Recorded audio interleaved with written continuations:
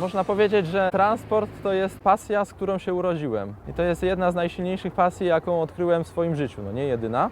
Natomiast towarzyszyła mi od maleńkiego. Jak wyjeżdżałem do innych miast, z zainteresowaniem od razu patrzyłem na układ komunikacyjny danego miasta, na tabor, który tam jeździ. Od zawsze marzyłem, żeby być kierowcą autobusów miejskich. No i udało się to marzenie spełnić. Obecnie jeżdżę w Miejskim Przedsiębiorstwie Komunikacyjnym w Krakowie. Pracuję jako kierowca autobusów miejskich i aglomeracyjnych. Praca dla mnie ma też kilka wymiarów. Przede wszystkim jest spełnieniem tego mojego wielkiego marzenia z dzieciństwa. Nie mam takiego podejścia, o nie, znowu muszę iść do pracy, tylko idę z przyjemnością i z radością. Każda zajezdnia obsługuje jakąś pulę linii. Mamy 3 zajezdnie autobusowe w MPK w Krakowie. Wieńczyce, Płaszów oraz Wola Duchacka. Ja jestem zatrudniony akurat w zajezdni Wieńczyce, ale wykonuję też zastępstwa na rezerwach czynnych. To jest taki autobus, można powiedzieć, joker do zadań specjalnych, który jeździ po całej sieci i dzięki temu mam szansę znaleźć się w każdym rejonie i zakątku obsługiwanym przez MPK w naszym mieście i w całej aglomeracji.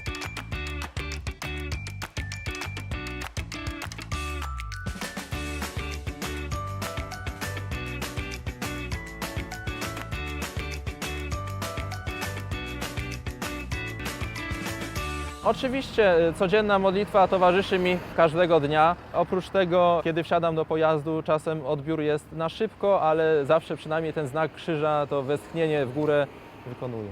Po południu przychodzę w wyznaczone miejsce o wyznaczonym czasie. Kolega, który kończy zmianę poranną, wychodzi.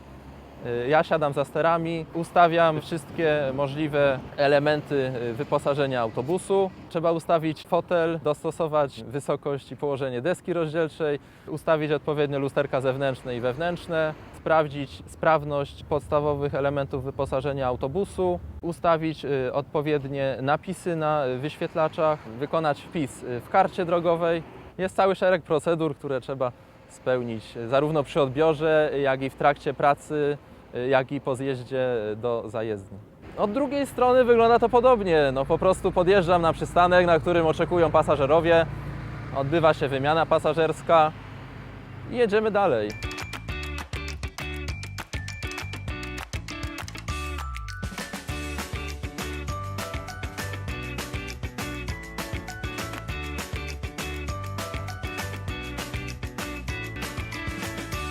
Są 2 typy przystanków ogólnie. Przystanki stałe oraz na żądanie. Na żądanie, czyli warunkowe, należy odpowiednio wcześniej dać znać prowadzącemu, że pasażer oczekujący chce skorzystać z przejazdu daną linią. Od zewnątrz przez wyraźne podniesienie ręki, podejście do krawędzi peronu przystankowego.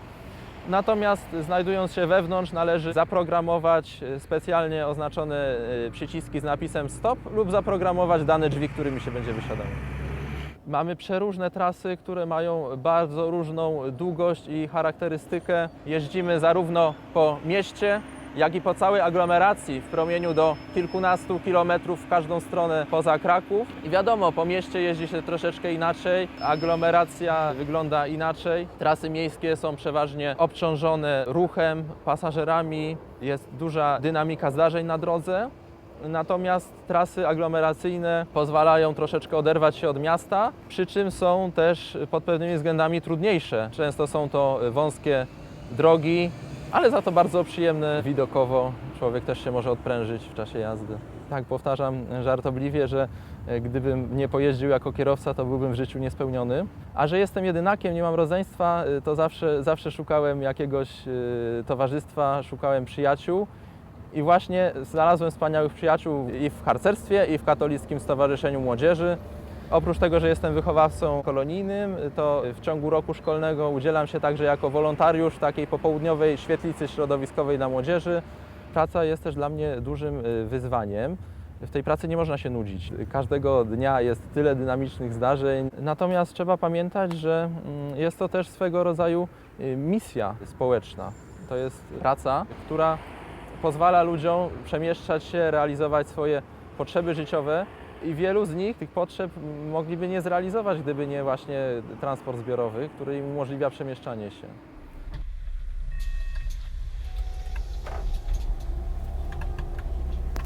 Uwaga prowadzący, podaję dokładny czas, jest 14:00, dziękuję.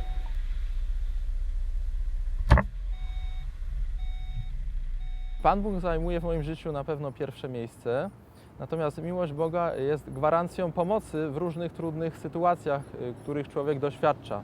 Wiadomo, człowiek nie jest doskonały, potrzebuje wsparcia zarówno w życiu codziennym, jak i w wielu aspektach duchowych. I właśnie miłość Boga dla mnie jest tym wsparciem, które przychodzi z góry. Nawet w pracy zawodowej za kierownicą miałem wiele razy trudne sytuacje, z których bez tego wsparcia na pewno bym nie wyszedł cały i zdrowy. Różnie mogłyby się dla mnie skończyć. Świadectwo wiary można dawać na wiele sposobów.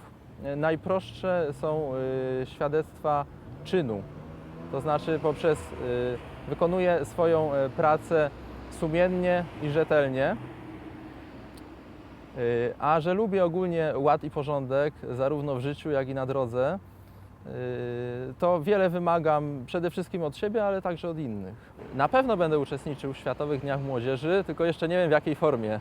Na pewno częściowo jako kierowca w MPK, częściowo jako członek Katolickiego Stowarzyszenia Młodzieży, częściowo być może jako wolontariusz. Będę na Światowych Dniach Młodzieży w Krakowie.